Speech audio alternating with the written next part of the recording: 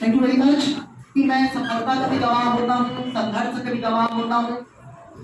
मैं नेहा जी को जब से जान रहा हूँ, है ना, उन्होंने ये चीज तो है, किसी चीज को पाने का ललक, जुनून, उसको खत्म कर देगा। जो विषय हम पढ़ रहे हैं उसको 100% कंप्लीट कर दें, ये भी इनमें स्टेमिना है। और इन्होंने बखूबी किया।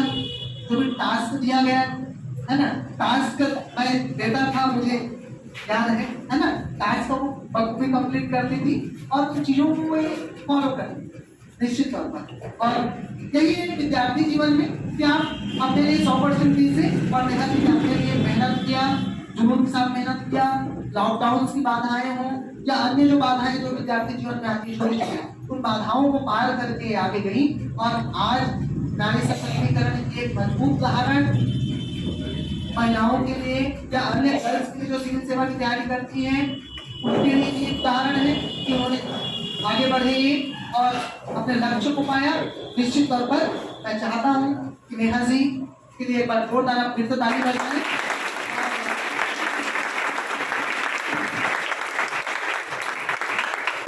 नेहा जी, आपने नायब तहसीलदार का पद धारण किया है और टॉपर्स में से एक हैं आप, तो सदा गाइड परिवार की ओर से आपको बहुत बहुत शुभकामनाएं प्रेषित करता हूं और मैं आपकी उज्जवल भविष्य की शुभकामनाएं करता हूं।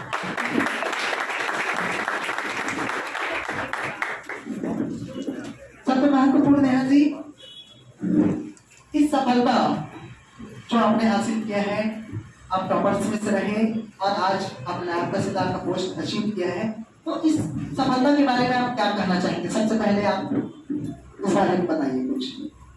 यकीनन कि सर का बहुत सहयोग रहा है। मैं जब भी डिमोटिवेट हो जाती थी कि मैं सर को डिस्कस करती थी, कॉल भी तो की हूँ मैं हमेशा। सर जब भी फ्री हुए हैं कॉल बैक किए हैं कि ऐसा ऐसा है, तुम यहाँ पे कमी कर रही हो, यहाँ पे फोकस करो।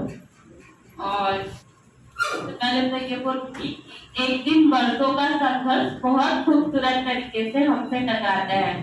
और यकीन मानिए कि हम लोग कुछ भी करते हैं, जितना भी मेहनत करते हैं, जब रिजल्ट आता है तो उसके सामने बहुत छोटा लगता है। मतलब रिजल्ट आया तो पूरी चीज भूल जाते हैं कि क्या तकलीफ थी, क्या नहीं तकलीफ थी, ये सब। मैं हमेशा सर से बहुत देर क्लास के बाद भी बहुत देर यही डिस्कस करती थी, सर क्या कमी है, क्या करना है।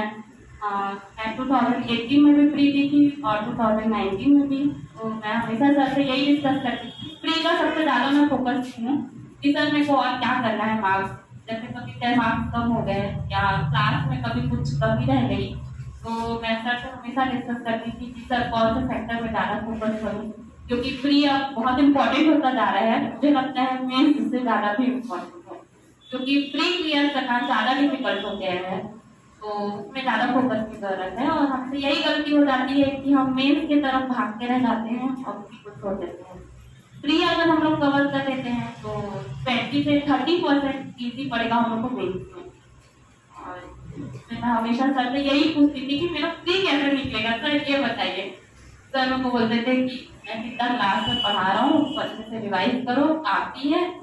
और मेरे को एग्जाम में भी पेपर सॉल्व करते वक्त हमेशा यही लगता था कि ये इनफ है, कोई दूसरे सोर्स की मेरे को जरूरत नहीं है। और फ्री भी इजी है। सर ट्रिक भी बताएंगे बीच में। अभी तो स्टार्ट है बैच, जैसे जैसे आगे बढ़ते जाओगे सर बताते रहेंगे क्या ट्रिक है और क्या करना है क्या नहीं करना है, बस ध्यान में रखना है। फ्री इजी हो जाता है। मैं अपना प्री मेंस और मेंस राइटिंग प्रैक्टिस नहीं की हूँ, तो सर के ऊपर बिलीव रखिए। फ्री का बस यही है कि फ्री इम्पोर्टेंट है। सर क्लास में पढ़ा रहे हैं वो तो रोज रिवाइज करना ही है और सर बताते जाएंगे, अभी उसको फॉलो करते जाना है। और टेस्ट बिहार वो इम्पोर्टेंट है। वो त्योहार है, मतलब आपकी लाइफ का फ्री का अंतिम पड़ाव है, जिसको मेरे को लगता है सबको देना ही चाहिए और अच्छे से देना चाहिए। जी टेस्ट त्योहार रखे। सही बात। एक छत्तीसगढ़िया भाव है उसमें, त्योहार मतलब जश्न होता है, और जश्न एक विद्यार्थी नहीं मनाता है, उसकी पढ़ाई की, उसकी पूरे जीवन की, उसने सिविल सर्विस में बिलासपुर में उसने जितना मेहनत किया उसका निचोड़ होता है टेस्ट त्योहार। तो हम तो छत्तीसगढ़िया संस्कृति से जुड़े हुए लोग हैं, हम हर चीज को छत्तीसगढ़िया से लिंक करते हैं, इसलिए हम नाम दिया है हमने उसको टेस्ट त्योहार का, जो अंतिम में होता है स्टेट लेवल का, जो हायर लेवल का होता है, आपकी पूरी है ना नॉलेज को, आपकी पूरी स्टेमिना को परखने का होता है, फिर हम आगे बढ़ते हैं, है ना। ठीक है, तो नेहा जी ने जैसा कि आपको बताया है ना कि हम फोकस करें प्रीलिम्स पर और प्रीलिम्स के साथ उन विषयों पर जो मेंस से जुड़े हुए हैं। सबसे महत्वपूर्ण बात यह है कि नेहा जी आपके सामने है, आपके बीच में है ना, और मैंने कहा कि ये हमेशा से ये पढ़ाई में इनका रिजल्ट अच्छा रहा है ना, तो इनके पीछे बस यही था, इनका जुनून था, इनकी एक हमेशा से हैबिट रही है कि जानने की, पूछने की, सर मैं और क्या करूं और क्या करूं, है ना। तो इन सब चीजों से हमने धीरे धीरे करके, ठीक है, मेरा सहयोग तो हमेशा रहता है, पर आपको भी उतना करना पड़ेगा, है ना। ठीक है, अगर आपके आगे आप क्लास में बैठे हैं और डाउट्स क्लियर नहीं कर रहे हैं, मन में सोच रहे हैं, तो अच्छी बात नहीं है, आप पूछिए, तब मैं आपकी हेल्प कर पाऊंगा, है ना। और मुझे उम्मीद है कि आप सब आज नेहा जी से मार्गदर्शन लेंगे और बिल्कुल फॉलो करेंगे और आगे बढ़ेंगे। तो कुछ मन में आपके डाउट हो तो इस बात को भी आप पूछ सकते हैं ना। नेहा जी, तो आपने सिविल सर्विस की तैयारी के दौरान ऐसी कुछ बाधाएं आई आपके लिए, चैलेंजिंग कुछ रहा जो आप बताना चाहेंगी? 2018 में मैं थी और मेंस दी इंटरव्यू तक भी पहुंची, लेकिन उस टाइम सिलेक्शन नहीं हो पाया था। फिर 2019 में जैसे ही मैंने प्रीलिम्स दिया, एक तो सबसे बड़ा दिक्कत ये हुआ कि 2018 का जब रिजल्ट आया उसके करेक्ट 15 या 16 दिन बाद एग्जाम था, तो मेरे को बहुत डर लगता था कि मतलब एक तो टेंशन रहता है ना कि नहीं हुआ है, अच्छा नहीं लगता है, इतना मेहनत करने के बाद भी नहीं हो पाता है सिलेक्शन को, और उसके 15 दिन बाद जस्ट फ्री, तो कैसे करें। मैं सर से बोली सर कैसे किया जाए, तो सर बोले कि अब जो हो गया छोड़ो, टेस्ट सीरीज पर भी फोकस करो और फिर आगे बढ़ो। तो वो मेरे लिए सबसे मुश्किल था कि जस्ट 15 दिन बाद फिर से आगे बढ़ना सब चीज को भूल के, और यकीनन कि सर का बहुत सहयोग रहा है। मैं जब भी डिमोटिवेट हो जाती थी कि मैं सर को डिस्कस करती थी, कॉल भी कुछ की हूँ मैं हमेशा, सर जब भी फ्री हुए हैं कॉल बैक किए हैं कि ऐसा ऐसा है, तुम यहाँ पे कमी कर रही हो, यहाँ पे फोकस करो, और हो जाता है। प्रीलिम्स के लिए सबसे इम्पोर्टेंट ये है कि हम लोग यहाँ भी है, पढ़ रहे हैं, बहुत अच्छे से पढ़ें और पॉइंट टू पॉइंट हम लोग को हर चीज याद होना चाहिए। ये नहीं होता है कि वहां जाके 4 ऑप्शन में से देख लेंगे, वो बहुत कम क्वेश्चन के लिए होते हैं, लगभग 5% बोल सकते हैं, बाकी के लिए आपको पूरा करेक्ट एग्जैक्ट याद रहना चाहिए, आजकल जिस हिसाब से कट ऑफ जा रहा है उस हिसाब से। तो वो क्या होता है, जब हम लोग क्लास में पढ़ रहे होते हैं ना, जब सर रिवाइज कराते हैं, तो उस टाइम आप जितना कर सकते हो ना वो आपको लास्ट तक याद रहेगा। जैसे कुछ टॉपिक भूल भी गए हो आप, लेकिन क्लास में बहुत अच्छे से सुने हो, तो वो आपको कहीं ना कहीं याद आ जाएगा, 5 मिनट 10 मिनट बाद आ ही जाएगा याद। तो मेरा यही फोकस रहता है कि क्लास में आप पूरा अपना 100% दीजिए, क्योंकि मॉर्निंग क्लास तो मैं भी जानती हूँ, मैं भी यहीं बैठे रहती थी कभी कभी आने का मन नहीं करता था मॉर्निंग क्लास, कभी बारिश होता था, ठंड के दिन में सबसे ज्यादा दिक्कत होता था, तो ऐसा हो जाता है कभी कभी हम सोते रहते हैं, कुछ दूसरा काम कर लेते हैं, यार यार सर तो नहीं जानेंगे, बोल रहे हैं तो बोल ले लो वाला, लेकिन उसका लॉस भी है। आप अगर क्लास में किसी चीज को अच्छे से सुने और रिवाइज किए हो तो घर आके बहुत कम मेहनत करना पड़ता है, आप उसको आधा घंटा भी देंगे ना तो आपको लाइफ लॉन्ग याद रहेगा। और मेरे को तो मैं बताती हूँ कि मैं हिस्ट्री और सीजी इतना अच्छे से यहाँ पे सीखा, इतना अच्छे से मैं पढ़ रही थी कि मेरे को मेंस में उन लोगों को ज्यादा फोकस करने की जरूरत ही नहीं पड़ी। अभी भी मैं 2 बार मेंस हो गया देखती हूँ ना, तो मेरे को 3 का फैक्ट ही नहीं खाता है, अलग से मेहनत करने की जरूरत नहीं पड़ती है। तो वही है, क्लास में अच्छे से सुनो, जो सर बोल रहे हैं उसको पकड़ो, अच्छे से याद करो, याद नहीं हो रहा है सर को बताओ, सर जी बिल्कुल। तो ये है। और एज अ गर्ल्स, बहुत सारे गर्ल्स एस्पिरेंट्स भी हैं, है ना। मुश्किलें ऐसी 1-2 मुश्किलें जो है जिसको गर्ल्स एलिमिनेट करने की आवश्यकता है? सबसे पहले तो ये होता है कि हम लोग कभी 2 या 3 बार प्रिपरेशन कर रहे होते हैं, क्लियर नहीं हो पाता है, तो हम लोग क्या मम्मी पापा लोग तो ठीक है समझते हैं, लेकिन आस पड़ोस के लोग नहीं समझते हैं, बोलते हैं शादी का एज हो गया है, शादी कर रहता है ना। कहीं जैसे कोई बाहर पीजी में पढ़ रहा है, 2-3 बार हो गया, 2-3 साल से रह रहा है, मैं भी अपने फ्रेंड्स को देखती थी, तो रहता है ना घर के साइड से कैसा रहता है कि अब चलो घर वापस आ जाओ, अब हो गया घर में कैसे पढ़ना। तो मेरे को लगता है ये लड़कियों के सामने सबसे बड़ा दिक्कत है कि शादी के लिए मतलब एक एज हो जाता है ना 24-25, उसके बाद रहता है प्रेशर, शादी का रहता है प्रेशर, चलो अब नहीं करना है तो शादी कर लो, मतलब ये सबसे बड़ा दिक्कत है। तो उस टाइम पे ना हमको बिलीव रखना है कि ये जो सब बोल रहे हैं ना वो रिजल्ट आने के बाद सब दब जाएगा, ये रहता है। तो उस टाइम हम लोग को अपने ऊपर बिलीव करना है ना कि दूसरों का सुनना है कि नहीं हम करेंगे मतलब करेंगे, अपने लिए लड़ना है। अगर हम लोग जब तक अपने लिए नहीं लड़ेंगे तब तक कोई और हम लोग का हेल्प नहीं कर सकता है। और सेकंड फाइनेंशियल रहता है, डिस्कस करके फाइनेंशियल प्रॉब्लम के बारे में सर्विस के लिए हमेशा फ्री रहते हैं और हमेशा आगे भी बढ़ाए। मेरे सामने 5-6 लोग जब हमारे बैच में थे तो खुद ही सर उनका पूरा फाइनेंशियल जो भी प्रॉब्लम था उसको सॉल्व करने की कोशिश किए थे। ये सेकंड रहता है गर्ल्स के सामने। ये 2 दिक्कत मेरे को लगता है ज्यादा मेजर है, एक शादी वाला और एक फाइनेंशियल वाला। और मुझे लगता है कि आजकल अब ये सब नहीं हो रहा है, हमेशा टॉप में लड़कियां ज्यादा आ रही है, ये आगे हो रही है लड़कों से ज्यादा, तो मुझे लगता है इस सब में सोचने की ज्यादा जरूरत नहीं है। निश्चित तौर पर लड़कियां आज लड़कों से आगे हैं, पर जोरदार ताली बजाइए। महत्वपूर्ण यही है कि लड़कियों के सोचने की आवश्यकता नहीं हम कम है क्या, नहीं आप भी टॉप 10 उठा देते हैं, गर्ल्स ज्यादा है, समझ रहे बात को। तो ये तो प्रेरणा लेनी चाहिए लड़कियों को, गर्ल्स से जो प्रेरित जो आगे निकल चुके हैं कि भाई वो कर सकते तो हम क्यों नहीं कर सकते। और दूसरा लड़कों को भी सीखना चाहिए, लड़कियां आगे निकल रही है ना, तो तुम लोग भी थोड़ा मेहनत करो, है ना। तो ये भी चीजें है ना। और जैसे कि नेहा जी ने बताया किसी भी प्रकार की समस्या है ना, उसके लिए मैं बैठा हूँ, मैं ऑलवेज हूँ। आप घर से दूर हो ये चीज मैं जान रहा हूँ, खासकर गर्ल्स लोगों के लिए है ना। तो भाव को बिल्कुल निकाल दे, मैं हमेशा बोलता हूँ हम एक परिवार की तरह है ना, कोई भी दिक्कत है ठीक है इन्फॉर्म। और क्योंकि मैं चाहता हूँ कि आपकी सुरक्षा ज्यादा जरूरी है ना। आप यहाँ स्टेबल रह पाएंगे, मानसिक किसी भी प्रकार का तनाव नहीं रहेगा तो आप ज्यादा अच्छे से पढ़ाई करते हैं। किसी भी प्रकार की समस्या उसके लिए मैं हूँ, कोई दिक्कत नहीं, अब मिलकर प्रयास करें।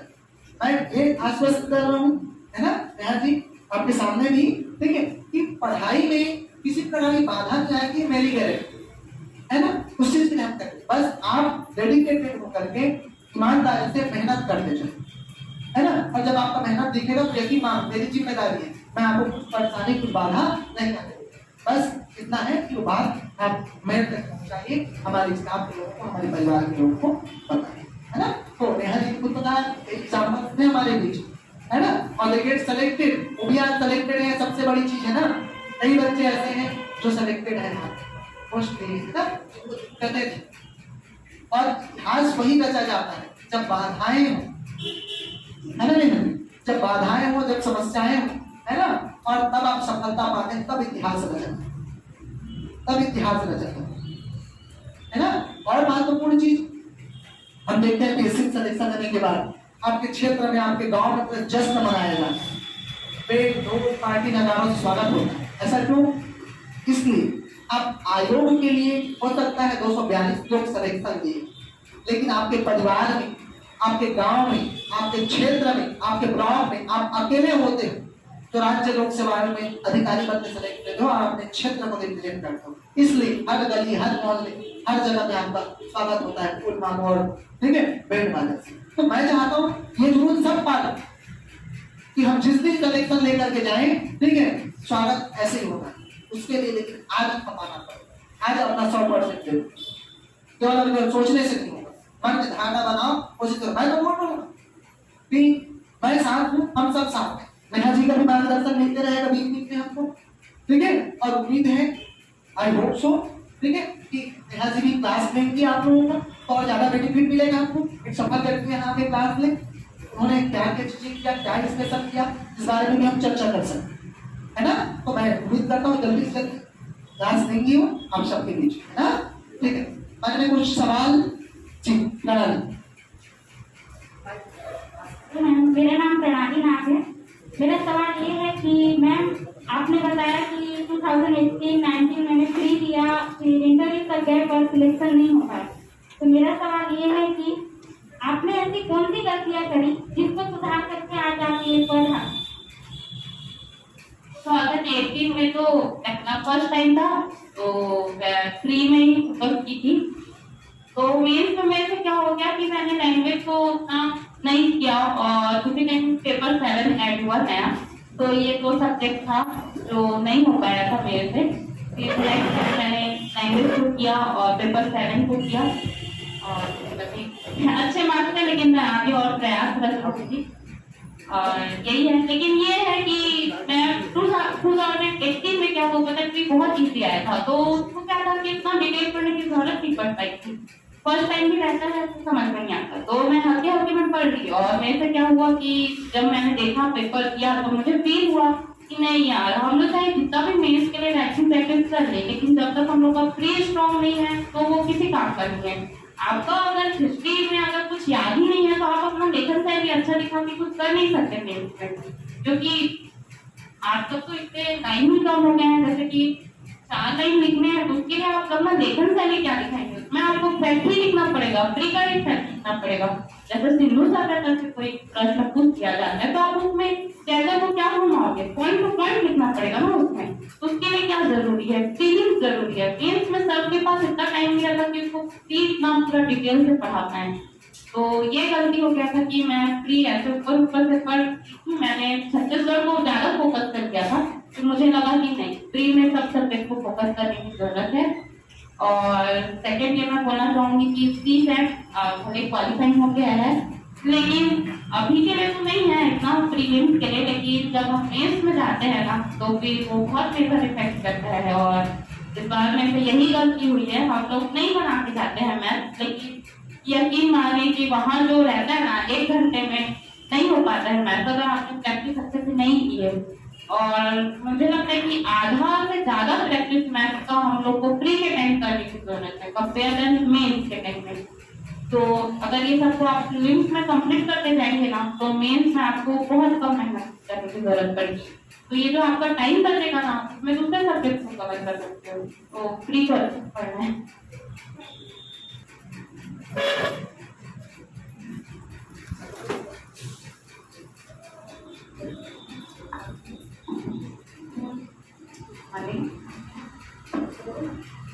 अभी के लिए मतलब करें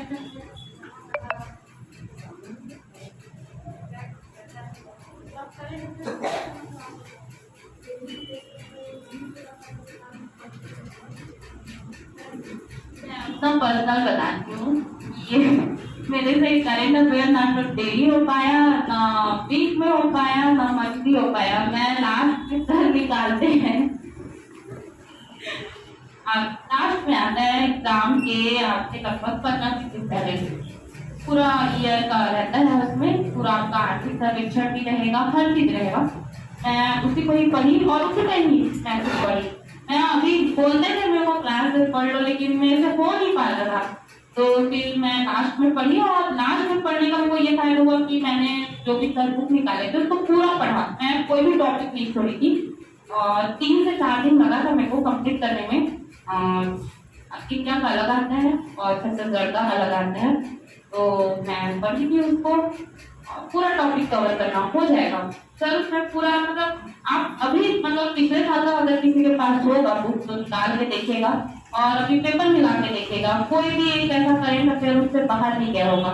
तो मुझे लगता है कि वो इनफ है जो लास्ट में सर निकालते हैं, उसको अगर उसी टाइम कवर कर लेंगे हम लोग लास्ट में 3-4 दिन देके, तो फिर मुझे लगता है कि आपका एक भी क्वेश्चन नहीं छूटेगा। लेकिन हाँ, उसको तो बहुत अच्छे से पढ़ना है, कोई भी टॉपिक नहीं छोड़ना है। आपको याद करने में प्रॉब्लम तो होता था, लेकिन हम लोग जब प्रीलिम्स का क्लास अटेंड करते हैं ना तो सबसे ज्यादा फायदा यही रहता है कि सब चीजें धीरे धीरे स्मूथली चलती है। जैसे क्लास में आप एक टॉपिक पढ़ाते हैं तो वो हम लोग को याद हो जाएगा, क्लास में रहेंगे, बस उसको रिवाइज करते जाना है और लास्ट में अपना टेस्ट दे दो। रहता है कि हम लोग भूल जाते हैं करके, तो मुझे लगता है जो भूल जाते हैं जिनको दिक्कत है वो एक दिन निकाल लो, संडे को मैं सॉल्व करता हूँ।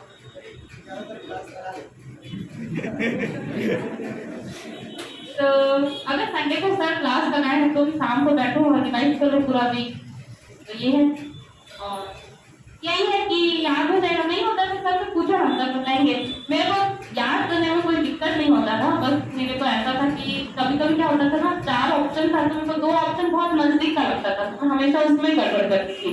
तो सर से पूछती थी कैसे हो गया सर ठीक बताते थे कि नहीं आपको टू द पॉइंट क्या होना चाहिए, जो मैं क्लास में पढ़ाया नोट में लिखा है वो याद रहेगा, तो फिर आप ऑप्शन में घबराओगे ही नहीं, दिख जाएगा आपको 4 ऑप्शन क्लियर ही दिख जाएगा कि हाँ यही है करके। बस वही है कि हम लोग को अगर याद नहीं हो रहा तो मुझे लगता है जिसको सुबह याद होता है, कई लोग ऐसा रहता है ना कॉलेज के टाइम पे कि मॉर्निंग में याद करने का रहता है कि उठ के पढ़ने का, वो मॉर्निंग में उठ के पढ़े, जिन लोग को नाइट में लगता है नाइट में पढ़े। लेकिन यही है कि आपको पढ़ना तो पड़ेगा, इसका कोई दूसरा विकल्प तो नहीं है, खुद से मेहनत तो करना ही पड़ेगा याद करने वाला। और नहीं हो रहा तो वीकली रिवाइज करो, अभी बहुत टाइम है आपका, तो नहीं है वही रिवाइज करना है, वही इम्पोर्टेंट है। इंटरव्यू सर बोले थे कि छत्तीसगढ़ी संस्कृति, तो मेरा 4 साल का बोल था और मेरे से तो छत्तीसगढ़ी में बोलवाए थे, बहुत सारे क्वेश्चन छत्तीसगढ़ी में हुए थे और मैंने सबको बताई, तो मेरे को ऐसा बोलते थे कि बहुत इजी हुआ है आपका इंटरव्यू, शायद ही आपको अच्छा नंबर मिलेगा। और मेरा इंटरव्यू 15-16 मिनट में खत्म हो गया था, ज्यादा देर भी नहीं चला था, तो और बोलते थे कि नहीं लंबा टाइम नहीं चला है तो मार्क्स बहुत कम मिलेंगे और बहुत इजी हुआ है, आगे आपसे छत्तीसगढ़ी ही बोलवा लिए हैं तो नहीं मिलेगा, एवरेज मार्क्स मिलेगा, मतलब 70 से 75। लेकिन जब रिजल्ट आया तो मैं देखी थी मेरे को 98 मार्क्स मिले हैं। तो ये है कि अभी मैं बोलूंगी तो कोई बिलीव भी नहीं करता है कि हम लोग जब देते हैं ना इंटरव्यू तो 15-16 दिन का टाइम रहता है मुश्किल से, तो उसमें आप लोग क्या कर पाओगे, करंट अफेयर नहीं पढ़ पाओगे और अपना थोड़ा बहुत ऐसा है कि जो बोलने का तरीका है, पर्सनालिटी है, वो डेवलप कर पाओगे। लेकिन जो हम लोग स्टार्टिंग से जो सीखते हैं ना वो इम्पोर्टेंट है। जैसे मेरे से पूछे थे आप छत्तीसगढ़ी में अवधन गुरुवारी बताइए, तो अवधन गुरुवारी कब पढ़ेंगे आप, मेंस में थोड़ी ना पढ़ेंगे, या तो आप उसको प्रीलिम्स में कवर कर लो जब संस्कृति चल रहा है। जिसको नहीं पता है तो छत्तीसगढ़ की संस्कृति के बारे में नहीं जानते होंगे बिल्कुल, जो कुछ रहते हैं शहर के, क्या तो आप अपने घर में आस पड़ोस में या अपने घर में ही देख के सीखेंगे, ये रहता है। मेरे से छत्तीसगढ़ में बस्तर पर लोक कला पूछा था, शिल्प कला पूछा था, तो शिल्प कला किसमें कवर करते हैं, मेंस में कि प्रीलिम्स में? प्रीलिम्स में करते हैं ना, मेंस में तो पढ़ लिए रिवाइज कर, इतना टाइम भी नहीं रहता मेंस जब तो ना 3 महीना लगता है, 3 महीना बहुत है, लेकिन बहुत सारा मेजर सब्जेक्ट भी रहता है ना, तो ये था प्रीलिम्स का सेट याद होना चाहिए, वहाँ पे आपको नाम बताना चाहिए। और मतलब कि हाँ सब लोग जानते हैं जो हैं बैठे हैं बोर्ड मेंबर, जैसे कि हम लोग कहते हो मुझे पढ़ते हैं ना, तो मेरे से क्या निकल गया, हड़बड़ाहट में जय चल निकल गया और सामने वाले सुप्रीत लाल सर बैठे थे, तुरंत जान गए, बोलते नहीं मैडम जयचंद है कि जयदेव बघेल है, अच्छा बताइए, तो मैं बोली जयदेव बघेल है। तो ऐसा है कि फिल्म सब्जेक्ट बहुत इंपॉर्टेंट है, मैं इसीलिए बार-बार फिल्म देख बोलती हूँ। नहीं अगर एक बार क्या होता है कि अगर हम लोग का प्री निकल जाता है ना, तो जब आप प्री का रिजल्ट देखेंगे, जैसे कि अप्रैल में प्री हो गया, मार्च लास्ट या अप्रैल में, तो अपने आप कॉन्फिडेंस आ जाता है मेंस के लिए। अब मेंस का कोचिंग नहीं किए हो या किए हो इम्पोर्टेंट नहीं है, बस ये है कि आप एक बार रोल नंबर देख लेते हैं ना लिस्ट में, तो ऐसा लगता है कि नहीं अब तो मेंस निकल ही जाएगा, अब तो हम लोग जी जान लगा देंगे लगता है। हाँ इसीलिए मैं बोलती हूँ कि प्रीलिम्स अभी के टाइम में सबसे ज्यादा इम्पोर्टेंट है और इसमें फोकस करने की ज्यादा इम्पोर्टेंट है। हम लोग को मेंस का नहीं सोचना, हम लोग के मतलब जैसे पीजी में भी रहते हैं कोई मेंस का कोचिंग कर रहे हैं, तो ऐसा लगता है ना कि हम लोग भी देख लें, हम लोग भी देख लें, हम लोग भी करें, हम लोग से आगे निकल जाएगा क्या मेंस वाला, ऐसा कुछ नहीं है, बिल्कुल भी नहीं है। प्री निकलेगा तभी तो मेंस दोगे ना, मेंस को कोचिंग करके करोगे भैया, प्री नहीं निकला रहेगा तो इससे बेटर है कि अभी जितना टाइम हम लोग के पास प्री फोकस करें और उसके बाद 3 महीने का टाइम है तो रोज कल पढ़ाएंगे, हो जाएगा, मेंस का इतना नहीं है, प्री नहीं और इंटरव्यू में तो मेरे से यही पूछे थे, बस्तर लोक कला, अखनपुर वाली, बिलासपुर में राउत नाच महोत्सव, सन पूछे थे कौन से सन से हुआ था। मैं बताई थी कि ये 78 से चल रहा है, जितना मेरे को याद था। तो ये सब प्रीलिम्स में मेरे से पूछे थे। ये मतलब कठिन में तो कड़ी था, पेड़ का एक भी क्वेश्चन नहीं पूछा गया था। हम पूरा हर चीज मेरे लिए छत्तीसगढ़ से ही था। मेरे को पूछे थे कोटा स्कीम बना देंगे तो क्या, योजना पूछ लिए थे 2-3 योजना, तो योजना भी याद होना चाहिए। तो ये सब प्रीलिम्स का इफेक्ट में से पूछे थे, तो मुझे सब बोलते थे कि यार कुछ पूछे ही नहीं है आपसे, बहुत इजी पूछ लिए हैं। तो शायद ही नंबर मिलेगा, तो ऐसा कुछ नहीं रहता है। आप आंसर देंगे उनको जो चाहिए रहता है, आप उनको अखनपुर वाली का पूरा हर चीज बताएंगे, बस्तर का लोक कला सिर्फ कला बताएंगे, तो आपको जरूर नंबर देंगे। ऐसा है। तो इसलिए मैं समझती हूँ, इसीलिए मैं सर को बोली, सर को बोले कि कब आओगी, मॉर्निंग में इवनिंग में, प्रीलिम्स के टाइम की मेंस के टाइम। मैं बोली सर प्रीलिम्स मेरे को प्रीलिम्स से ज्यादा इम्पोर्टेंट लगता है, और मैं हमेशा 2 बार दी तो मैं प्रीलिम्स में ही ज्यादा फोकस करने की कोशिश की थी कि नहीं मेरा प्रीलिम्स से निकलेगा तब तो मेरा मेंस निकलेगा। तो मैं सर से हमेशा यही डिस्कस करती थी। जैसे कि मैं कभी कोई टेस्ट सीरीज देती कि भाई टेस्ट बिहार वाला, तो उसमें रैंक नहीं अच्छा आ पाता, सर देखते थे कभी, तो मेरे को यही बोलते थे अभी रैंक अच्छा नहीं आ पाया तो क्या वो मेहनत करो, अभी टाइम है, हो जाएगा। तो यकीनन हो ही जाता था फ्री में। ऐसा नहीं होता था कि रैंक अगर 40-50 और पार हो गया कभी तो नहीं हो पाएगा, डीमोटिवेट नहीं होना है। जैसे कि अभी भी काम तो है, तो अगर जिसका रैंक बहुत नीचे है तो ऐसा नहीं है कि जो टॉप 10 कर रहे हैं वही हमें सेलेक्ट होंगे, ऐसा नहीं है। वो तो टॉप 10 कहने का ये मतलब है कि उस टॉपिक में हमारी पकड़ है, और उस पकड़ को बनाए रखना बहुत इम्पोर्टेंट है। तो अच्छे से फ्री पढ़िए, फैक्ट अच्छे से ध्यान दीजिए, फ्री पूरा फैक्ट है, आपको फैक्ट याद होना ही चाहिए। कुछ रहता है फ्री वाला, वो सर आगे जाएंगे कि उसका क्या करना है, और फिर वो आगे जाएगा धीरे धीरे।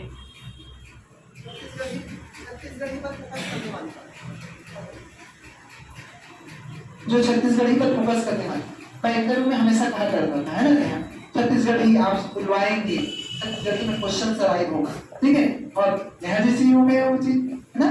तो भाषा, बोली और संस्कृति के इंटरव्यू में आपसे आपका व्यक्तित्व देखा जाता है। भाई 15 मिनट इंटरव्यू चला, शॉर्ट है, सही बात है, एक मार्क्स अच्छे है, उन्होंने जज कर लिया, आपने दिखा दिया 15 मिनट में कि आपका बेस्ट है भाई। तो ये चीजें होती है।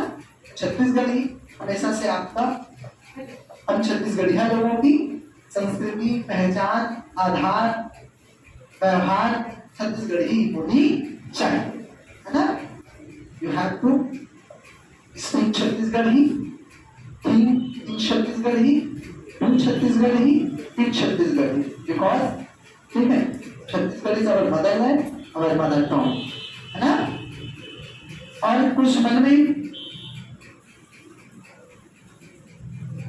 सबसे महत्वपूर्ण चीज एक विद्यार्थी जीवन में, है ना, जैसे कि नेहा जी ने कहा कि एक चीज सबसे अच्छा तरीका है, मैं बता रहा हूं, जो हम करते हैं साइंटिफिक वे में चल रहा है, एकेडमिक क्लासेस चलती हैं, क्लास हो फिर टेस्ट हो, क्लास हो फिर टेस्ट हो, उस सारे पॉइंट का आप टेस्ट देते हैं, है कि नहीं, ठीक है।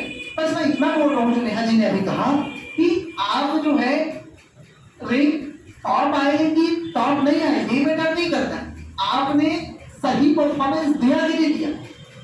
भाई आपने 60% 70% किया कि नहीं, आप नहीं बोल रहा हूँ 90%, आप सेटिस्फाई है कि नहीं अपने परफॉर्मेंस से, ये चेक करिए ना। ये नहीं कि 100 क्वेश्चन है उसमें से आप 30 बना रहे हो, ये परफॉर्मेंस।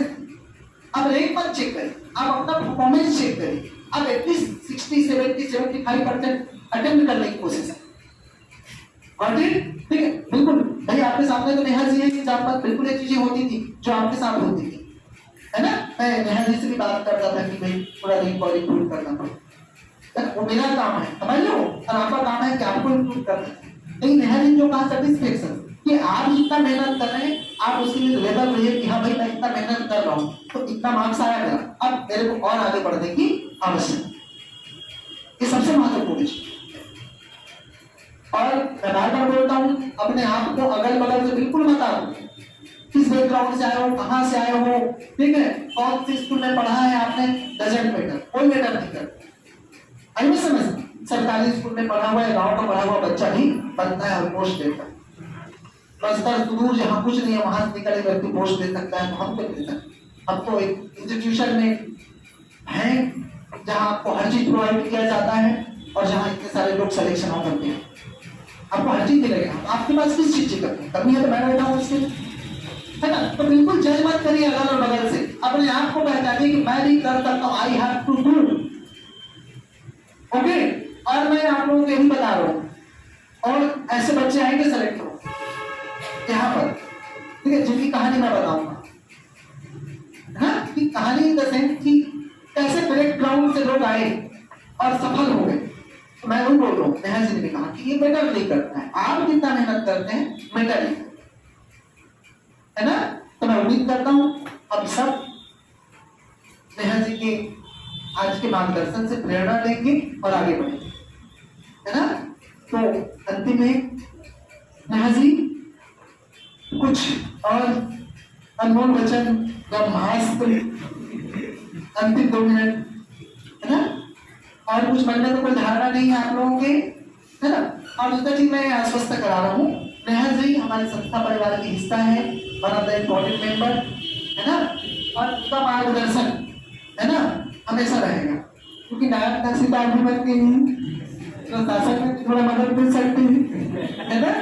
ठीक है, कुछ समस्या है तब भी हमारा हेल्प करेंगी बेटा, है, समस्याएं आती हैं खास करके घर सिक्योरिटी रिलेटेड प्रॉब्लम।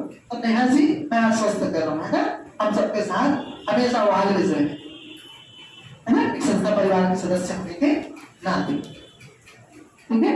तो मैं अंतिम कुछ चीजें, अंतिम सजेशन आपको। सर बोले कि हम लोग को किसी से कंपेयर नहीं करना है, तो मेरे पास अचानक से और बात याद आ गया। जब हम लोग आते हैं क्लासरूम में कोचिंग करने, मेरे साथ भी यही हुआ था। जब मैं कॉलेज के लास्ट ईयर में थी, भिलाई में इंजीनियरिंग में, तो मेरे कुछ फ्रेंड्स थे जो लास्ट ईयर से ही कोचिंग चालू कर दिए थे और यहाँ पढ़ रहे थे। तो मेरे मन में लगता था कि क्या होगा, मेरा हम लोग तो पहले से कोचिंग करते हैं और एकदम अच्छे जगह से पढ़ रहे हैं, तो रहता है माइंड में, हम लोग को जहाँ करते रहते हैं ना वहाँ सेटिस्फिकेशन, मन दौड़ जाता है अगर किसी को देखते हैं तो फिर मैं तब मेरे को लगता था कि नहीं ठीक है, जितना है जहाँ है। जैसे कि अभी भी हम लोग जैसे पीजी में रहते हैं, ये ना पीजी वाली लड़कियों के साथ ज्यादा होता है कंपेयर जो घर में रहते हैं। पीजी में क्या होता है कि सब लोग एक ही जगह कोचिंग नहीं करते रहते हैं, 4-5 जगह करते रहते हैं अलग अलग। तो हम लोग को वो सब ये नहीं सोचना है कि कौन कहाँ से कर रहा है, कौन कहाँ, हमको अपने ऊपर बिलीव करना है कि हम अपना 100% पढ़ के आ रहे हैं।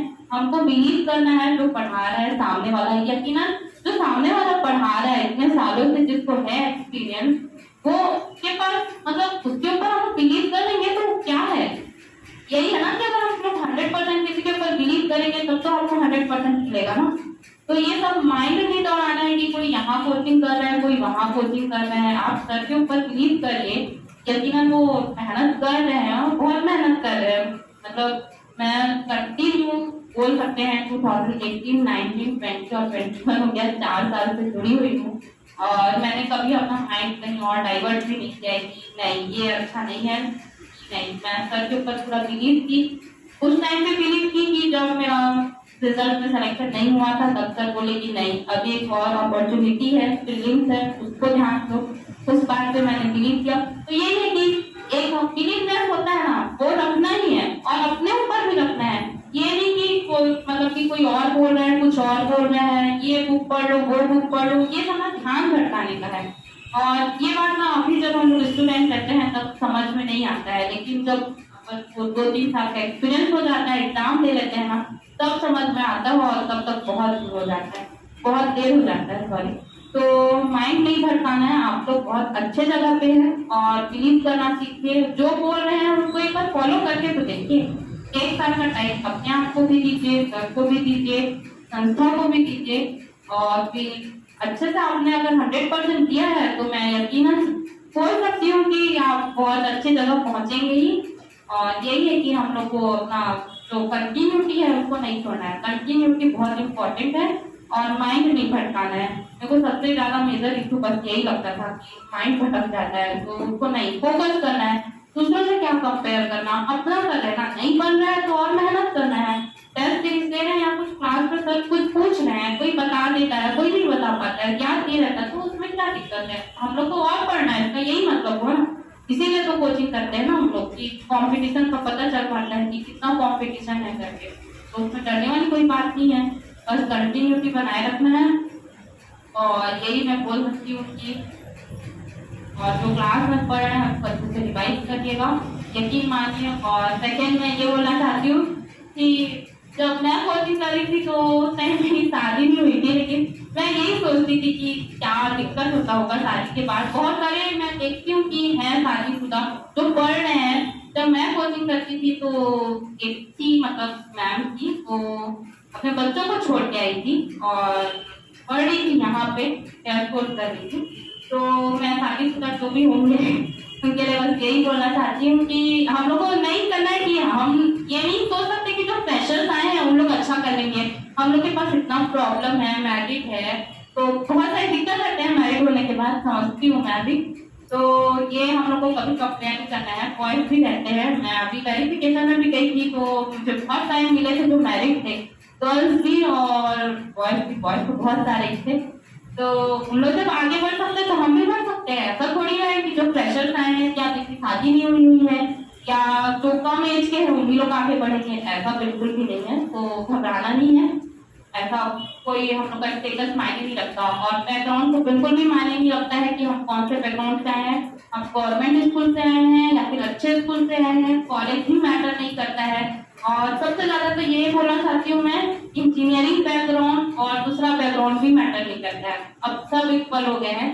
मैंने खुद अपने एक्सपीरियंस से देखा है कि अभी जब मैं वेरिफिकेशन में गई थी तो मुझे मतलब मेरे बैच में लगभग आप बोल सकते हैं 40 से 45 लोग थे, लेकिन उसमें से मुश्किल से 15 से 20 लोग ही इंजीनियरिंग बैकग्राउंड वाले रहे होंगे, बाकी दूसरे बैकग्राउंड के थे। तो आजकल अब ये भी मैटर नहीं करता है, बस पढ़ना ही है। कहीं रहता है कि नहीं यार इंजीनियरिंग वाले ही आगे बढ़ रहे हैं या अच्छे कॉलेज वाले जैसे और अच्छे स्कूल वाले, तो ये बिल्कुल मैटर नहीं करता है। मैटर करता है कि हम लोग क्लास में कितना गेन कर रहे हैं, सर बता रहे हैं और हम लोग उसको कितना निचोड़ सकते हैं, ऐसा होता है ना। तो हम लोग सर से और कितना नॉलेज निचोड़ सकते हैं ये इम्पोर्टेंट होता है। दिमाग तो सबका इक्वल है, ये बिल्कुल भी कभी नहीं सोचना है कि ये वाले बैकग्राउंड। और मैथ्स के लिए तो है सर, उनसे कांटेक्ट करिए जो लोग मैथ्स बैकग्राउंड वाले नहीं हैं। लगता है ना कभी कभी जो मैथ्स बैकग्राउंड वाले नहीं रहते हैं, आज की समस्या देखने से पता चलता है। हम लोग के साथ भी जो रहते थे हम लोग बोलते थे, तो ये अब बिल्कुल नहीं रह गया, सब इक्वल है। और इंजीनियर लोग को थोड़ा सा प्रॉफिट ये हो जाता है, मैथ्स का प्रॉफिट हो जाता है और कुछ प्रॉफिट नहीं है, बस मैथ्स का प्रॉफिट है। और जो दूसरे बैकग्राउंड वाले हैं उन लोग को बस मैथ्स में ज्यादा ध्यान देना पड़ता है, बाकी तो कुछ नहीं है। वो बोलते हैं ना सागर की अपनी क्षमता है और माझी भी कब तक सकता है, जब तक हाथों में स्पंदन है उसका हाथ नहीं रुकता है। यही मतलब है एक बार, दो बार, 3 बार, ज्यादा ज्यादा 3 बार नहीं दिखेगा ना, लेकिन हम लोग कंटिन्यूटी बनाए रखेंगे तो होगा ना, कभी ना कभी तो होगा। हम लोग टॉप 10 में देखते हैं 1988 डेट ऑफ बर्थ वाले आजकल बन रहे हैं, टीएसपी बनने के बाद सृष्टि चंद्राकर मैम की बन रही है ना, हैवी ड्यूटी के बाद बन रही है। तो वो है प्रेरणा की स्रोत है कि जब वो बन सकती है तो जो 2014 बैच की है, 14 के बाद अभी 2021 चल रहा है, 2019 पीएचडी बोल सकते हैं, बट उन्होंने कंटिन्यूटी नहीं तोड़ा है। उन्होंने ऐसा नहीं छोड़ा कि नहीं अब तो मैं बन गई हूँ पोस्ट पा गई तो कंटिन्यूटी छोड़ दूँ, उन्होंने तो दिया है। तो फिर हम लोग कैसे असफल होने के बाद थक सकते हैं? बिल्कुल भी नहीं थकना है। एक बार असफल होंगे, 2 बार होंगे, तीसरी बार यकीनन हम लोग आएंगे और बहुत अच्छे से आएंगे, ठीक है। तो कभी निराश होने की जरूरत नहीं है, कभी भी अगर टीम मोटिवेट हो तो कॉन्टेक्ट करो। मेरे पास बहुत सारे एग्जाम्पल रहते हैं, मेरे को भी देते थे एग्जाम्पल। और सर ये भी बोलना चाहूंगी कि कभी जब बरसात होती थी ना तो मैं सर को बोलती थी, जब कभी बारिश हो गया या कोई दिक्कत हो गया तो मैं बोलती थी सर नहीं आ पाऊंगी नहीं आ पाऊंगी मैं। और कभी कभी ये हो जाता सर मैं आज पढ़ी नहीं हूँ, नहीं हो पाएगा मेरे से, कैसे लिखूंगी आगे मैं मेंस या इन करके। तो सर बोलते थे कुछ नहीं होता है, आओ वो इम्पोर्टेंट है, आओ जैसे भी हालत है आओ। तो मैं यही बोलूंगी कि सबसे इम्पोर्टेंट होता है क्लास और दूसरा टेस्ट। तो आप कैसे भी हालात में हो, यही इम्पोर्टेंट है कि आप दोनों को अच्छे से पढ़ें, एफपीआर हो दोनों में, और इसी से कॉन्फिडेंस आता है। यही है कॉन्फिडेंस का, यही है कि आप क्लास करते जाए कंटिन्यूटी और अपना परफॉर्मेंस अच्छे से सुधारते जाए टाइम बाय टाइम। एक बार में नहीं आ पाता है कोई भी चीज, परफेक्ट कभी नहीं हो पाता कोई भी चीज, कुछ ना कुछ कभी रह जाता है। तो वो बार बार प्रैक्टिस करने से ही सुधरेगा, एक बार में नहीं हो पाता है कोई चीज। तो बस यही है कि आपको कंटिन्यूटी ही बनाए रखना है। और गर्ल्स के लिए मैं स्पेशल यही बोलना चाहूंगी कि घर में कोई भी दिक्कत हो, बॉयज के मेरे भी लाइफ में बहुत दिक्कत होते हैं, मैं समझती हूँ। बॉयज के ऊपर प्रेशर ज्यादा रहता है, टेंशन ज्यादा रहता है, जॉब करने का रहता है, घर वाले भी बोलने लग जाते हैं कि यार 2 साल से पढ़ा रहे हैं, अब तो किसी में लगो, या आस पड़ोस वाले बोलने लग जाते हैं नहीं हो गया, अब घर वापस आ जाओ। तो ये सब नहीं करना है। सुबह आप ये सब अपना प्रॉब्लम और टेंशन अपने बिस्तर में छोड़ के आए करिए और यहाँ एकदम फ्रेश माइंड सेट करिए। और जब एक बार लिस्ट में नाम आता है ना, पूरा प्रॉब्लम, जितना भी प्रॉब्लम है बहुत छोटा नजर आता है उसके नाम पे, चाहे वो फाइनेंशियल प्रॉब्लम हो या जॉब का प्रॉब्लम हो या कोई सा भी प्रॉब्लम हो, बहुत छोटा नजर। मैं भी जब ऐसे बैठे रहती थी ना, कोई आती फिर बोलते थे मैम लोग, सर लोग कि ऐसा होता है, तो मेरे को उस टाइम ऐसे लगता था यार उस टाइम ऐसा क्या हो जाता होगा रिजल्ट आने के बाद, क्या फीलिंग आता होगा या फिर क्या हो जाता है। मेरे को मैं ऐसे इग्नोर करती थी ना, मैं यार ऐसा कुछ नहीं होता होगा, ठीक तो लगता होगा, क्या लगता होगा, मेहनत किया है तो मिलेगा ही फ्रूट ऐसा, लेकिन ऐसा कुछ नहीं होता है। बहुत लाइफ चेंज हो जाती है। ये पूरा जो प्रॉब्लम आपके साथ, सबकी लाइफ में प्रॉब्लम होती है, किसी के पास कुछ प्रॉब्लम है, किसी के पास कुछ प्रॉब्लम है। ये जब रिजल्ट आता है ना, जब आप रात को 9 बजे लिस्ट में अपना नाम देखेंगे ना, उसके बाद फिर सब चीज भूल जाएंगे, कौन क्या बोला है, आपने कैसा खाना खाया है, गांधी चौक पे कैसे रहे हो, क्या दिक्कत है, कौन क्या बोला था, ये सब मतलब इवन आपका ब्रेकअप भी मैं इंक्लूड करती हूँ। आज तो रखिए है ना सर। आप मैं बॉस को यही बोलूंगी इंक्लूड ब्रेकअप या फिर कुछ भी आप सब भूल जाएंगे, पता है बहुत छोटा नजर आएगा वो, ऐसा लगेगा चलो हटाओ यार अब तो बात नहीं हमारा हिसाब रहता है। अभी जो रहता है ना कि दिक्कत करते रहती है, कभी बॉयज के साथ रहता है, कभी गर्ल के साथ, यार कच्चर कच्चर करिए, लड़की लोग भी बोलते हैं यार कच्चर कच्चर कर रहे हैं, नहीं हो पाएगा मेरे ऐसा। तो उस टाइम क्या रहता है ना, कई लोग बहुत डाउन हो जाते हैं, तो वो सबसे नहीं करना है। और हमें पढ़ाओ कि विद्यार्थी जीवन में या युवा जीवन में पढ़ाओ आते रहता है। और मेरे लिए भी समस्या हो जाती है जब किसी के साथ ऐसा लगता होता है आए मेरे पास सर क्या करूं,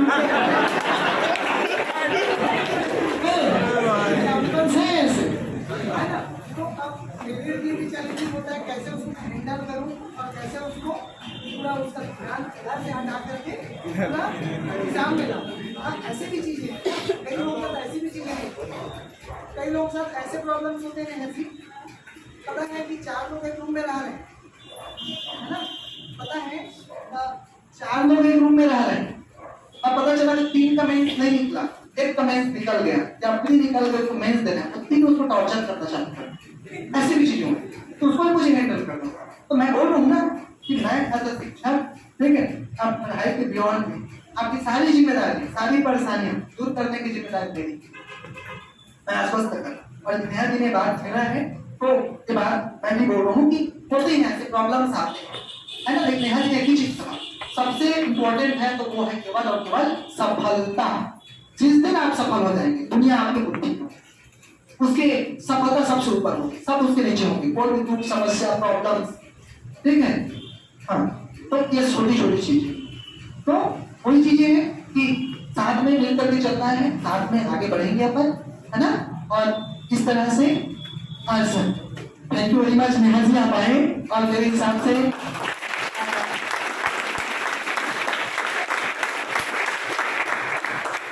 टॉप विद द टॉपर्स, मतलब टॉपर्स के साथ सबसे बेस्ट चर्चा मैं मानता हूँ ये, है ना।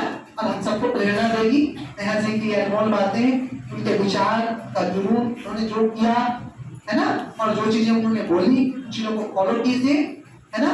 और thank you very much Neha ji. और मैं चाहूंगा कि नेहा जी के लिए एक बुक लाया जाए और मैं चाहूंगा मेरे गाइड के सदस्य आए और नेहा जी का स्वागत करें।